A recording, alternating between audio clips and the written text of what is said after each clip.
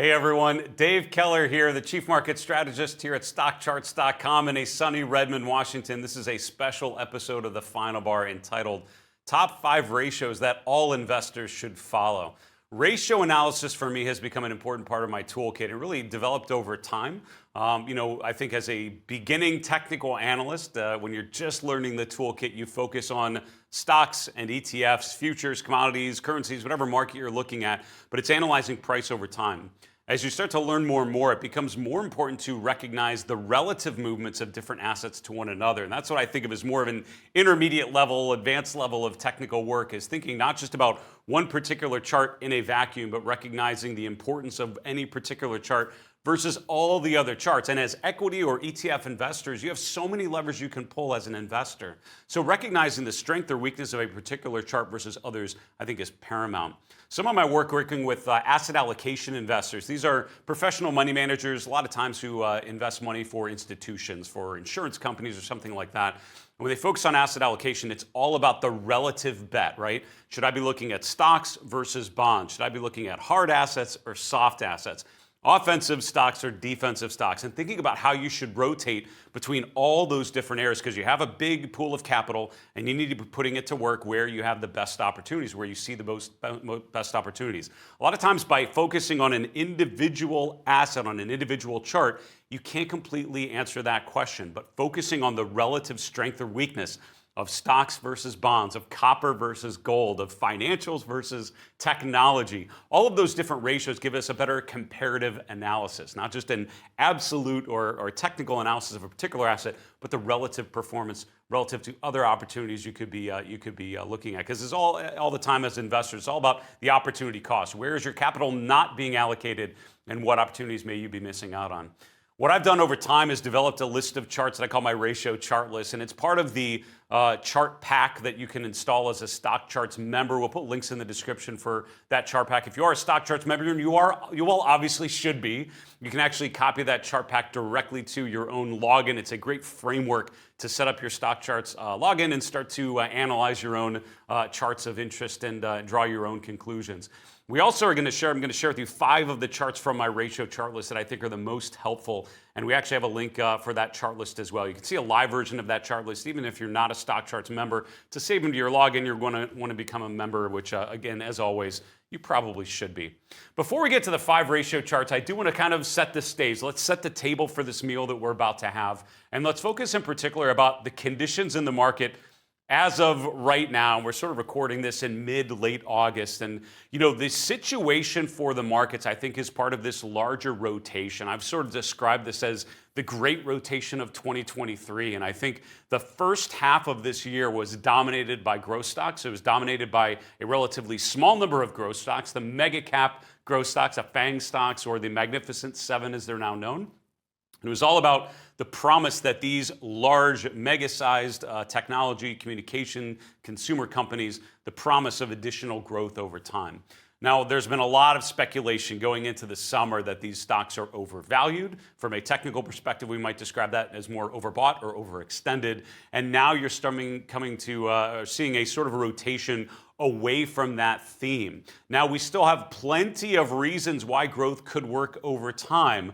But some of the ratios that I deal with are going to talk a little bit about the interest rate environment, the prospect of higher rates, how that can damper the upside potential of the growth trade. So we're looking here at the chart of the S&P 500 to be clear, from the October low in 2022 to the now July high, which for now is the high water mark in 2023, around 4,600.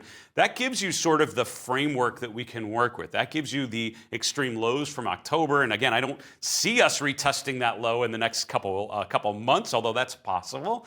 But I don't see that as a likely scenario. We also have the overhead resistance now around 4,600. And you have to remember, this is getting near the all-time highs around 4,800 for the S&P 500. I think, over time, we could see that as a big double top forming. We'll see if that's the case. But we're certainly starting to see an initial phase of a sell-off. And I would describe it probably as an initial phase of a sell-off. And I'll tell you why I would say that. For me, the initial trigger for any sort of question about the longevity of the uptrend, right? When this thing is going up, when the S&P or whatever chart we're looking at is going up, what level? What's that line in the sand where you agree to revisit that bullish thesis? For me, it's a break below the 50-day moving average. And what's interesting is the S&P has now done that here the first couple weeks in August. A lot of individual stocks have done that. Technology leadership, particularly like Microsoft and Apple, have all broken down through that key 50-day moving average as well. As a matter of fact, many individual stocks have already done so. I actually have a chart that shows what percent of stocks are above their 50-day moving average. It's gone from around 90% in mid-July to down around 30% in mid-August, which means over the last 3 to 4 weeks, we've seen almost 2/3 of the S&P go from above their 50-day to below their 50-day. So while the S&P, the NASDAQ have all broken that key level of support, most members of the S&P have done that exact same thing in the last month. So what does that mean when charts are breaking down through that key level of support? Well, I would say it means you have to start looking a little bit further. You have to think about what a further downside might mean. Now, what ratio analysis does is it helps us understand if that is where we're at, if that is sort of the overall structure of this market, failing to hold support, now rotating lower, making lower lows and potentially a lower high in August. We'll have to see how things play out overall through the course of the coming days and weeks. But overall, I would say that the sentiment in the market has rotated from euphoric in July to a little more measured here in August, if not a little more concerning. Last thing I'll show you before we get to the first ratio is volatility, right? The VIX is a measure of, they call it the fear gauge. I like to call it more of a measure of uncertainty, although fear gauge is much catchier for a headline. It's really not a measure of fear. It's measuring uncertainty. It's measuring instability. It's measuring a lack of confidence in the current setup of the market, which is why when a market is in a sustainable uptrend, like we saw in June and July, or into the peak in July, the volatility was very low, right? The VIX was actually down around 13 to 14. That's that green shaded area there. You can see that in the month of August, volatility has increased. I think that's just the beginning. I wouldn't be surprised if the VIX goes further than what we've seen so far. We're currently around 16, 17. 20 is sort of my back of the envelope level as to, is this a high or low volatility environment? As long as the VIX remains below 20, I would say we're still in a low volatility environment. VIX starts to spike above 20. This is when things can start to get a little uncomfortable. This is what happened at the end of 2021, not at the beginning of 2022, which was the downtrend. The beginning, or before that top actually occurred, you saw volatility spike up. The VIX actually spiked to around 30 in December of 2021. That was before the market peak. So a spike in volatility often happens at the end of that bullish phase when things really, it's like the beginning of the retrenchment period. And I think that's the risk for the markets here. So what ratio analysis does now to get to our charts is it focuses on relative strength. And I'll spend just a moment talking about the importance of relative strength.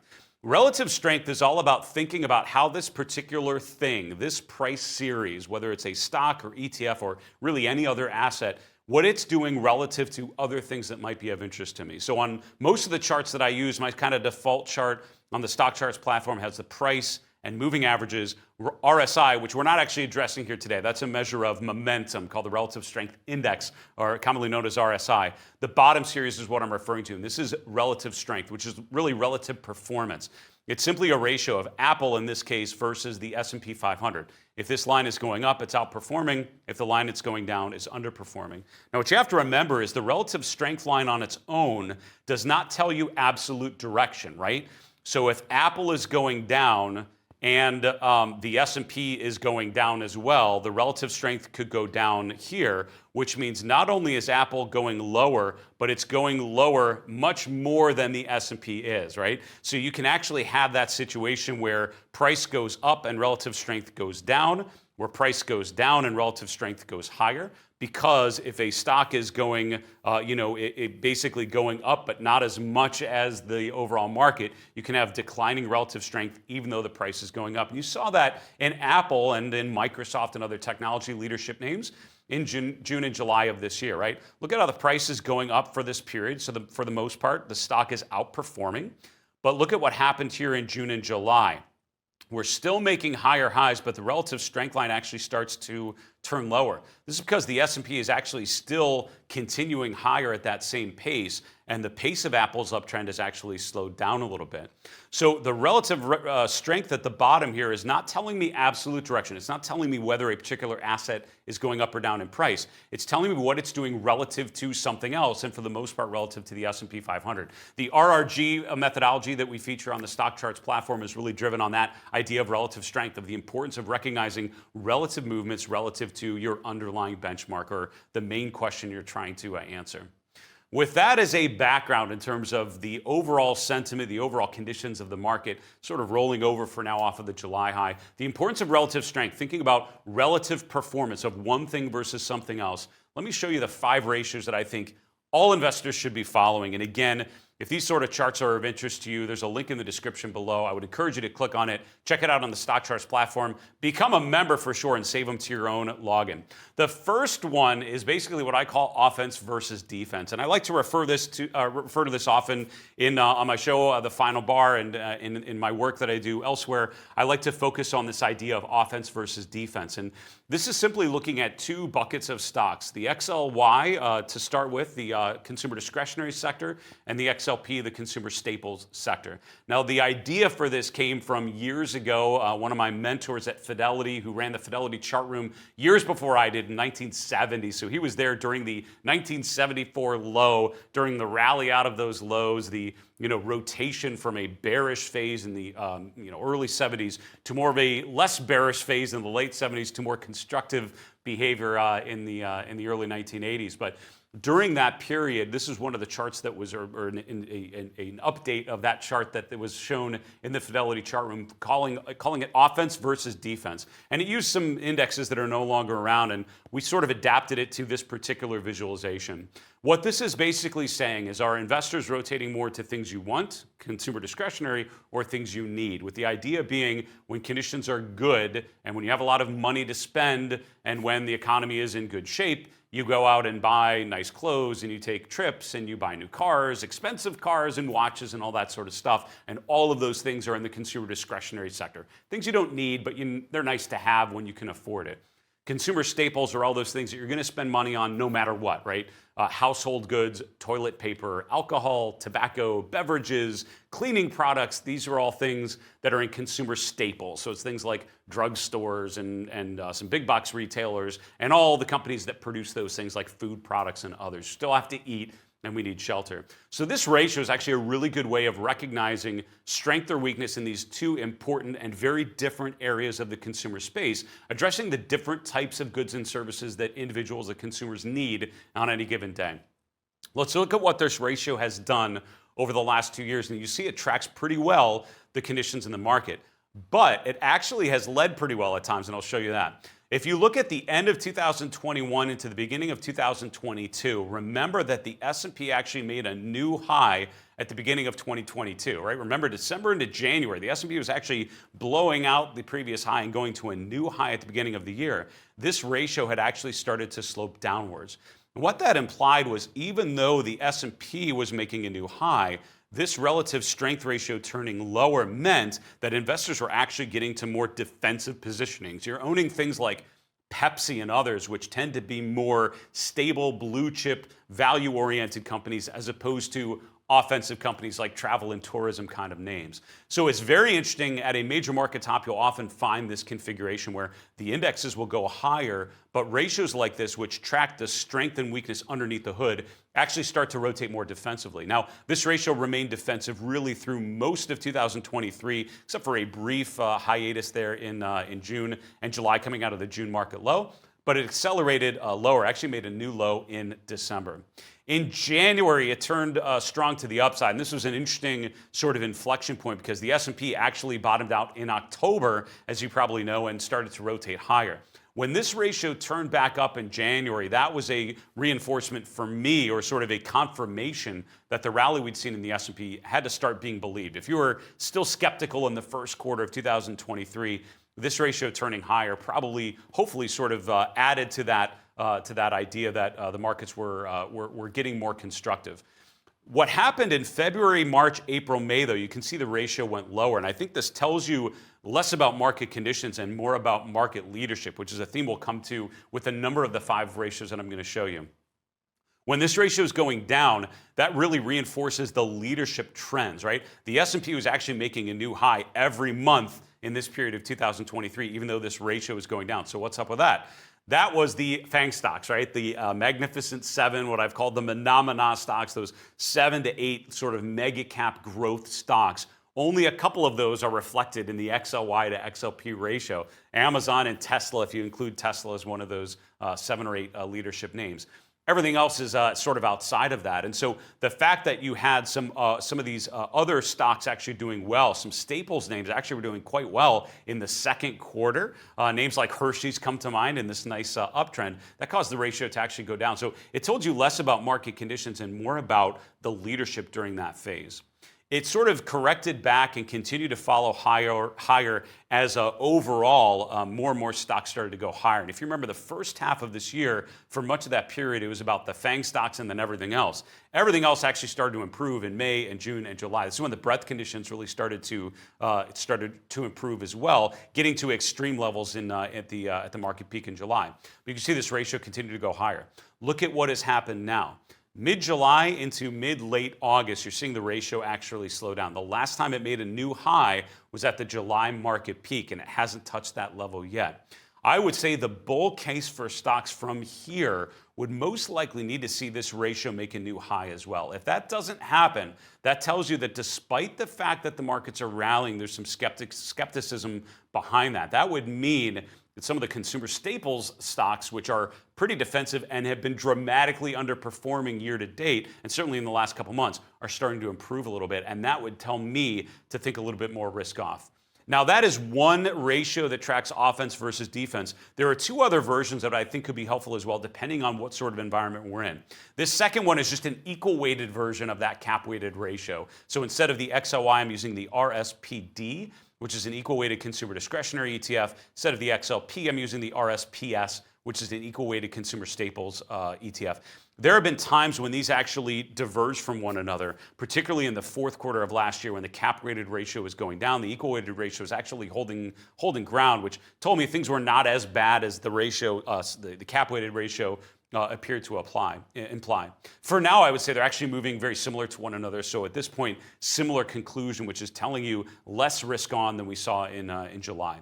The bottom ratio is a different one. This is actually looking at the relative performance of hotels versus utilities. Different play on that offense versus defense, but kind of doing the same thing. If you look, these ratios move in a very similar pattern. This ratio has actually been going up quite consistently over the last 3 to 4 months. So hotels are very much a discretionary purchase, right? Going to Vegas for a blowout weekend is something you pretty much do when you can afford to do so, hopefully, and less when money is harder to come by. Utilities, though, you're probably still going to pay for electricity and water and things like that. And so that's another way of playing sort of offense versus defense. Overall, that has been very positive as well. So for now, a couple of these offense to defense ratios rotating lower. I'd be very keen, particularly on this bottom one, to see if you get any breakdown. I would say as we're debating whether or not there's a recovery from this initial pullback in growth stocks and a movement for the S&P to go above 4,600, if not more, I would want to see these ratios continue to incline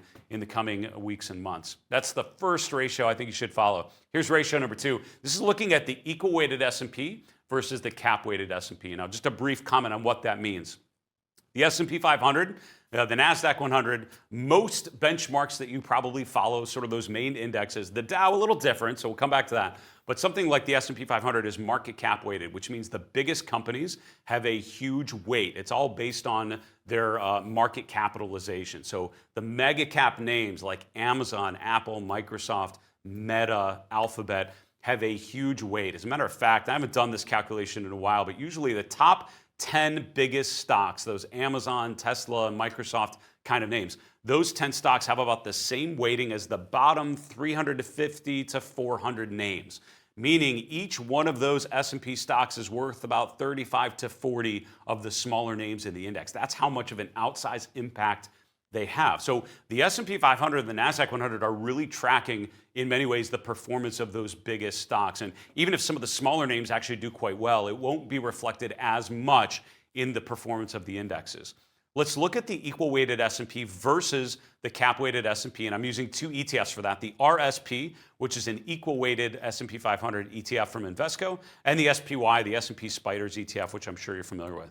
This ratio is actually going up pretty consistently from December of 2021 all the way through the beginning of 2023. So how is this ratio going up when the market is going down so much? Well, it's all about the leadership, right? Think about the first half of 2022. The S&P 500 is in a steady decline, as the NASDAQ is as well, but the energy sector was actually having an incredibly strong half year. First 6 months of 2022 were incredibly strong for energy, for materials, for some other sectors. So the equal weighted S&P, which is more reflecting the performance of some of those non-technology, non-consumer names, is going up, and it's outperforming the cap-weighted, growth-oriented S&P 500.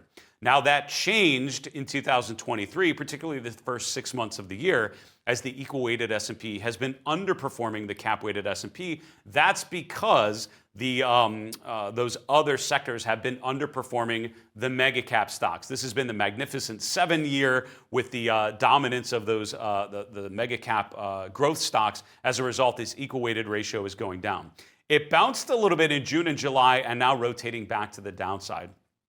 In my assessment, what I would be looking for is this ratio tells me where you want to kind of be allocated and where you want to be focusing your attention. Let's assume you want to own stocks and you're just trying to think about which area of the market you want to be. If the equal weighted S&P is going up, that basically tells you the non-growth sectors, things like industrials, materials, energy, healthcare, maybe financials, are doing much better. And as a result, you probably want to lean away from the FANG stocks of the Magnificent Seven. When this line is going down, that is the time when you need to go to the mega cap names, because they are the ones that are really getting it done.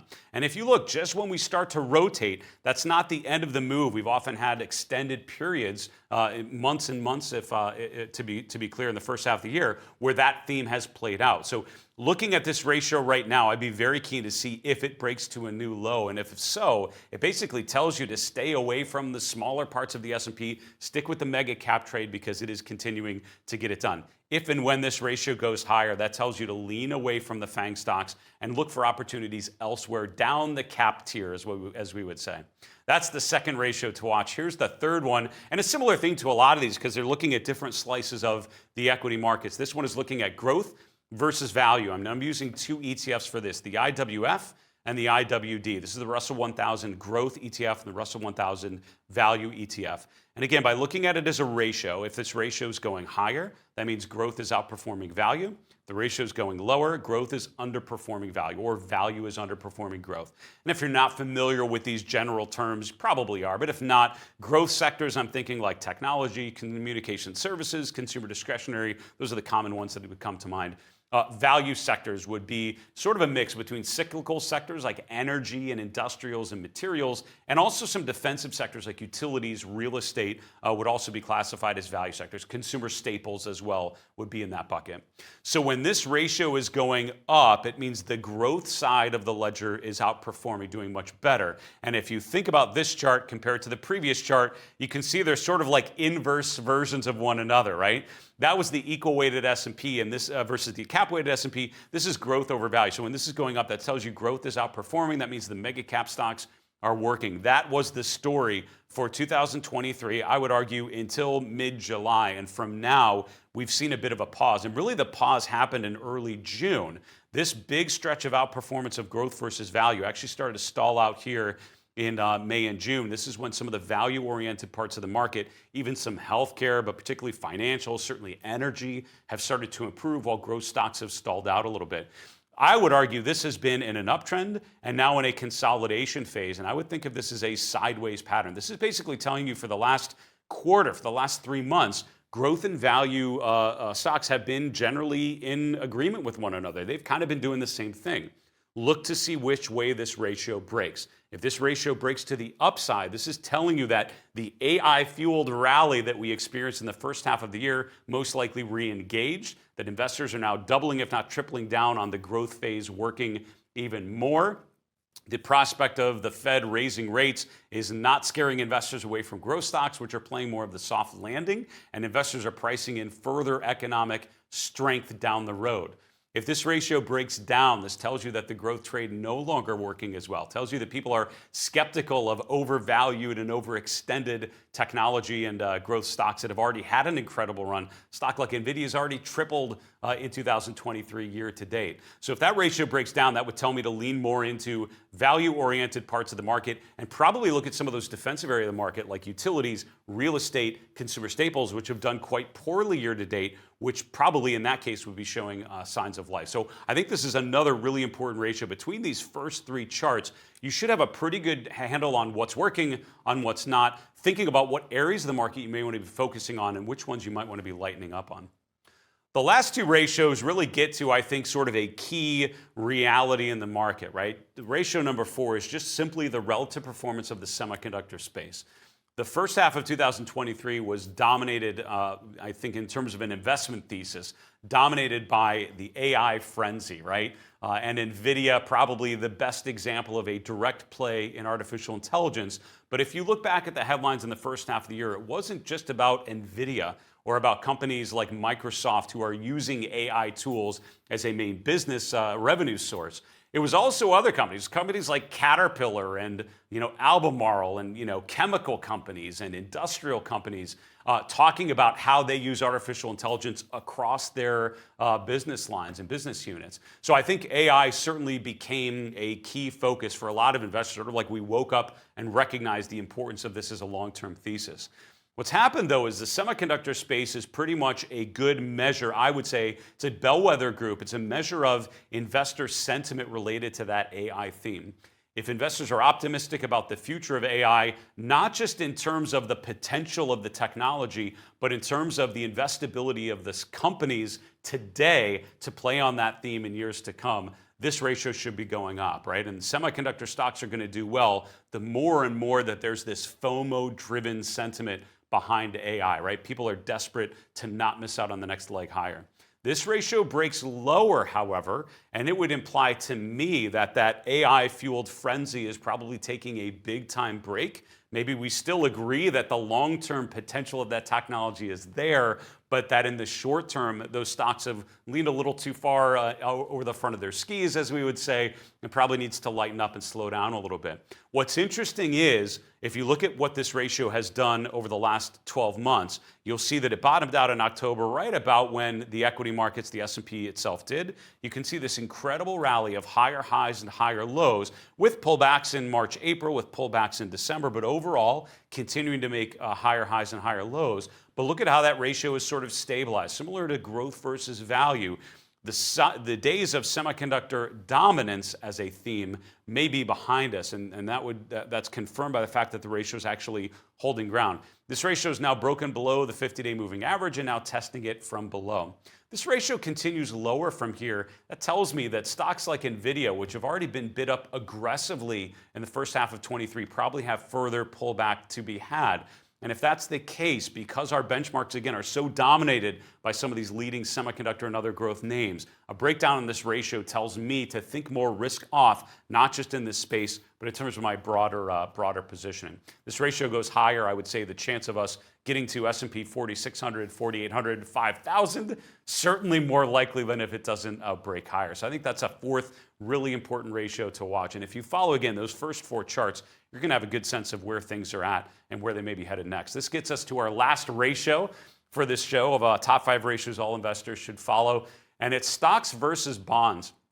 I have the pleasure of having a lot of good conversations in the course of my work at Stock Charts TV. I'm able to interview a couple different prominent strategists, traders, technical analysts every week on my show. And a lot of our conversations have been about the interest rate environment. We have Jerome Powell this week with comments from Jackson Hole talking about the overall conditions and the prospects and what the Fed needs to do or feels they need to do to address continued inflationary pressures. Higher rates, I think, are now a reality. Maybe rising rates, we may be getting to the end of rates rising aggressively, but they can remain elevated for quite some time. That actually impacts all the ratios that I've shown you so far. But let's say conditions start to get uncomfortable. Let's say the economy continues to slow down. Let's say the recessionary fears that many have speculated on really start to take hold, and it really is reflected in risk assets coming down. What would that environment look like? Well, what's interesting is if you look back over time, and I'm looking right now at the stock to bond ratio, stocks have been outperforming bonds. And that's not just in the last month. That's not just in the last year. That's actually for quite some time. As a matter of fact, I'm actually going to dial this chart even back. We'll go back to the last 5 years, for example. And what you'll notice is if you look at the last 5 years of this ratio, you can see that really since the COVID low in 2020, stocks have been outperforming bonds pretty consistently. Now that's during bull market years like the second half of 2021 and the bulk of second half of 2020 and the entirety of 2021. It's also during a bear market phase like 2022. Also back to a growth-led bull market like in 2023. Every one of those years so far, stocks have been consistently outperforming bonds. The reality is in a rising rate environment, that basically implies that bond prices are coming down. Bonds are getting cheap and continuing to get cheaper. And the more you buy into the rising rate thesis, you're also assuming that bond prices are coming down. And that means that the stock to bond ratio is still going up. What does that mean for you and your portfolio? We were taught, and I know I was taught as a novice investor, 60-40, 60% stocks, 40% bonds. That means you're pretty well diversified, and when stocks do well, that's great, but then when stocks don't do well because you have some bond allocation, that'll do well when stocks are struggling, and so overall you're going to kind of weather things pretty well. The evidence doesn't necessarily support that in recent history. Over decades, that's probably been a decent approach for many investors, but what does that mean right now? In the last couple of years, that's actually been a pretty rough approach because your allocation to bonds have been consistently underperforming any allocation you have to stocks. What this sort of ratio tells me is to not think passively about an allocation from stocks to bonds, but to rotate to what's working. I'm going to want to lean into what's working and lean away from what's not working. The fact that rates are up and have continued to rise, and with speculation of the Fed continue to put upward pressure on rates, the fact that bond prices like the TLT and the AG have been breaking down tells me that bond prices are not in a good place and certainly have not been in a strong uptrend by any stretch. Stocks, even when they've struggled, have continued to outpace bonds. So I think this ratio is an important reminder, if nothing else, on the value of relative strength, the value of ratio analysis. Do these sorts of broad asset allocation ratios to reflect on what assets are working and reflect on which ones are not. And as a trend follower, I would much rather follow the trends that are going up and lean away to avoid the trends that are going down. Stocks have been outperforming bonds, and until proven otherwise, it seems like that ratio is continuing to show movement to the upside. That's it. Those are the top 5 ratios I feel that all investors should follow. And again, using the Stock Charts platform, we can track these sorts of relative movements and then take the next steps, right? I think a well-rounded investor uses these ratios to understand the big picture and then uses a well-disciplined technical toolkit to optimize entry and exit points on particular bets that you're trying to make. If you want to trade semiconductors or utility stocks or hotels or any of the things that we've mentioned, technical tools can really help you identify the optimal times to buy and sell those positions or enter and exit those positions. As a reminder, these ratios that I mentioned, we have a chart list in the link in the description that you can click on. You can look at those and for free and evaluate those. If you're a Stock Charts member, you can actually save them to your own login and customize them. We also have a link to our chart pack called David Keller's Morning Coffee Routine. That'll actually copy a bunch of charts to your Stock Charts login that you can then use and apply on your own. That's it for now. I'm Dave Keller, the Chief Market Strategist here at StockCharts.com in Redmond, Washington. Thanks so much for watching. Be well, stay safe. We'll be back with you again soon.